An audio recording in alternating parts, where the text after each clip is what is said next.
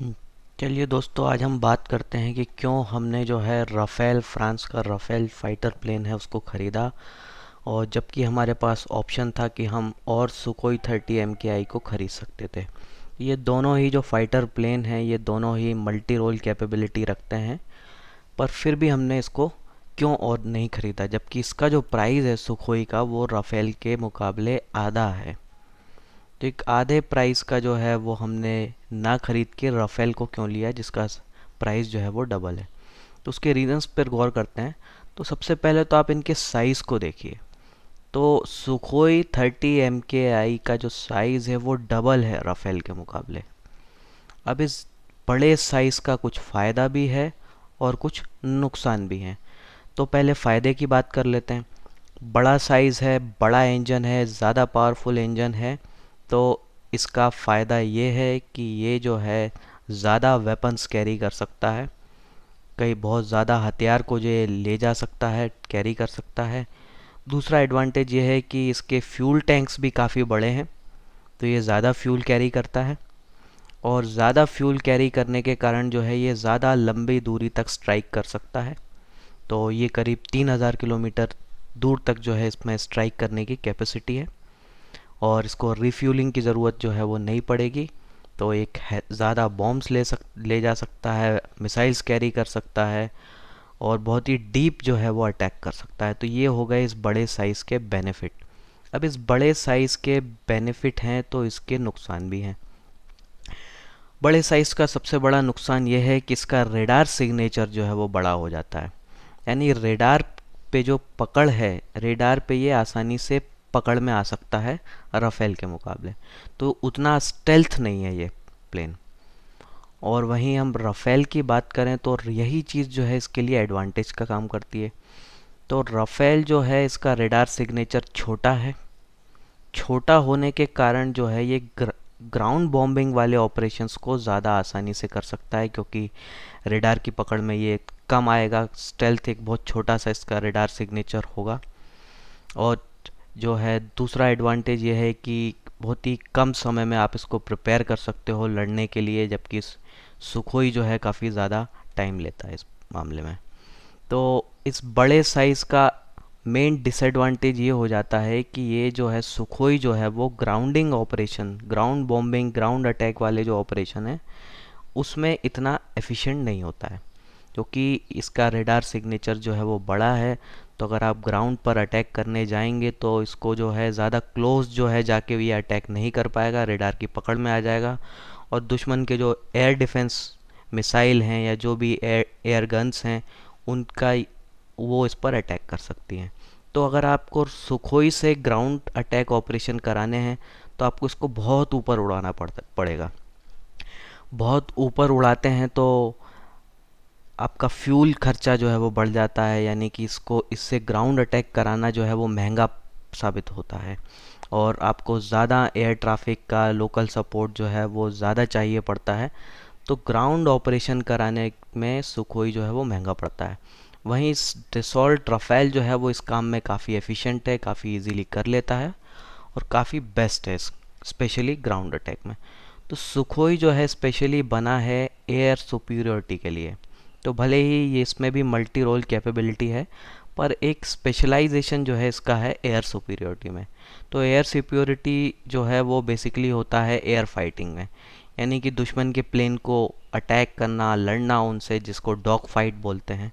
तो इस प्लेन की उस चीज़ में महारत है। तो ये जो है स्काइस को डोमिनेट करने के लिए अच्छा है। बहुत सारे ये वेपन कैरी करता है, तो मल्टीपल फाइटर प्लेन से ये लड़ सकता है। एक साथ 4 को एंगेज कर सकता है, उन पर अटैक कर सकता है, और एक बहुत बड़े रेडियस में जो है ये काम कर सकता है बिना रिफ्यूलिंग के। तो ये सुखोई के एडवांटेज हो गए। और सुखोई जो है बेसिकली एयर सुपीरियोरिटी फाइटर है। वहीं हम राफेल की बात करें तो राफेल जो है एक तरह का ओमनी रोल फाइटर हो गया। ये हर तरह के ऑपरेशन कर सकता है। डॉग फाइट में भी ये काफ़ी अच्छा है। छोटा साइज़ होने के कारण जो है ये काफ़ी स्टेल्थ है। इसका रेडार सिग्नेचर जो है वो काफ़ी लो है, तो दुश्मन के रेडार जो है इसको आसानी से नहीं पकड़ सकते। और इसका सबसे बड़ी बात कि इसका ऑपरेशनल कॉस्ट जो है वो काफ़ी कम है। तो भले ही राफेल महंगा है, पर जब ऑपरेशन की बात आती है तो ये महंगा नहीं रहता, ये काफ़ी सस्ता हो जाता है। तो इसके स्पेयर पार्ट्स भी काफ़ी सस्ते हैं, इसकी सर्विसिंग भी काफ़ी इजीली हो जाती है, जल्दी हो जाती है, और इसके कारण जो है इसका अवेलेबिलिटी रेट जो है वो हाई है। तो अगर आपका हम सुखोई की अवेलेबिलिटी रेट की बात करें तो वो 50 to 60% है।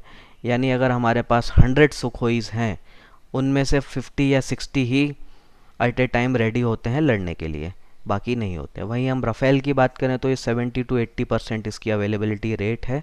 यानी कि हम जो सुखोई जो है के मुकाबले राफेल जो है हमारे लिए लड़ने के लिए हमेशा जो है अवेलेबल रहेगा। तो ये एक प्लस पॉइंट है, एक एडवांटेज है, जिसके कारण जो है हमने राफेल को प्रेफर किया सुखोई के ऊपर। दूसरी बात जो है, एक चाइना फैक्टर भी है। तो चाइना के पास जो है Su-35 सुखोई 35 फाइटर प्लेन है, जो कि लगभग इक्विवेलेंट ही है सुखोई 30 MKI के। तो चाइना जो है इस प्लेन के बारे में काफ़ी अच्छे से जानता है, उसकी इंजीनियरिंग को समझता है, उसके रेडार को, उसके सॉफ्टवेयर को समझता है, और उसके पास वो कैपेबिलिटी है कि इसके रेडार को जैम कर दे। तो ये जो एक पॉइंट है जो नेगेटिव साइड में काम करता है। और जबकि राफेल की बात करें, ये बेस्ट इन क्लास है, और चाइना जो है इसके बारे में ज़्यादा नहीं जानता, उनके पास फ्रेंच टेक्नोलॉजी का एक्सेस नहीं है, और फ्यूचर में इसका एक्सेस होने के चांसेस भी ना के बराबर हैं। तो एक चाइना को फैक्टर को ध्यान में रखते हुए जो है राफेल हमें एक एडवांटेज देता था सुखोई के ऊपर। तो ये एक और रीज़न है जिसके कारण जो है हमने राफेल को प्रेफर किया। दूसरा एक और रीज़न ये है कि राफेल जो है वो एयरक्राफ्ट कैरियर से भी उड़ सकता है। तो अगर हम एयरफोर्स के साथ साथ राफेल को नेवी में भी यूज़ करना चाहें तो ये पॉसिबल है।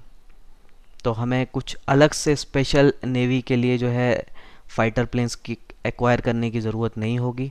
तो हम जो है ये एक एडवांटेज है कि हम जो नए एयरक्राफ्ट कैरियर अभी जो बना रहे हैं उस पर भी हम इसको यूज़ कर सकते हैं। सुखोई 30 को जो है हम एयरक्राफ्ट कैरियर पर यूज़ नहीं कर सकते। तो एक और रीज़न ये है जिसके कारण जो है हमने राफेल को प्रेफर किया।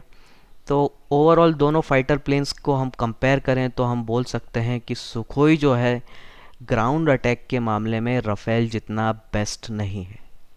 और वहीं राफेल की बात करें तो राफेल जो है वो एयर टू एयर कॉम्बैट के मामले में जो है सुखोई जितना बेस्ट नहीं है। तो अगर आपको एयर टू एयर फाइट करनी है तो सुखोई बेस्ट है, ग्राउंड अटैक कराने हैं तो राफेल बेस्ट है, और राफेल जो है एयर टू एयर फाइट भी काफ़ी अच्छी कर लेता है। तो ये एक प्लस पॉइंट हो गया। और हमारे पास सुखोई जो है वो पहले से ही काफ़ी ज़्यादा हैं, 200 से ज़्यादा हमारे पास सुखोई हैं। तो हमें सिर्फ एयर टू एयर अटैक ही नहीं करना है, हमें ग्राउंड अटैक भी करना है। तो उसके लिए भी हमारे पास एक एफिशिएंट फाइटर प्लेन होना चाहिए था, जिसकी कमी थी और जो राफेल पूरी करेगा। दूसरी बात थी कि राफेल की अवेलेबिलिटी रेट काफ़ी बेटर है, बहुत ही बेटर है। आपको हमारे पास जो है फ्रांस के और भी फाइटर प्लेन्स हैं, जैसे मिराज है वगैरह, तो जैगुआर है, तो ये हमारे पास पहले से हैं। हमारे पायलट्स जो हैं काफ़ी इसको अच्छे से बेहतर समझते हैं, और फ्रांस का जो ट्रैक रिकॉर्ड है रशिया के मुकाबले काफ़ी बेटर है। तो रशिया ने कई बार क्राइसिस के समय जो है हमें ब्लैकमेल जैसा किया है, अपने स्पेयर पार्ट्स वगैरह के ज़्यादा पैसे लिए हैं, जबकि फ्रांस ने ऐसा कुछ नहीं किया। तो फ्रांस का जो है एक बेटर ट्रैक रिकॉर्ड रहा है, अवेलेबिलिटी रेट भी जो है ज़्यादा अच्छी रही है। तो ये सारे एडवांटेज के कारण जो है हमने राफेल को प्रेफर किया है सुखोई के ऊपर। तो सुखोई की अपनी कुछ खास स्पेशलाइजेशन है, राफेल की अपनी खास स्पेशलाइजेशन है, और कुछ एडवांटेजेस को देखते हुए जो है हमने राफेल को लिया, जिसका प्राइस भले ही डबल हो पर ऑपरेशनल कॉस्ट कम होने के कारण वो उतना महंगा नहीं पड़ता है, और बहुत सारे वो हमें एडवांटेज दे रहा था सुखोई के मुकाबले, इसलिए जो है हमने राफेल को लिया, ना कि सुखोई को कि नंबर्स जो है वो और बढ़ा के। तो होप आपको अच्छा लगा होगा ये डिस्कशन। कुछ भी क्वेश्चन हो तो आप कमेंट कर सकते हैं। Thank you.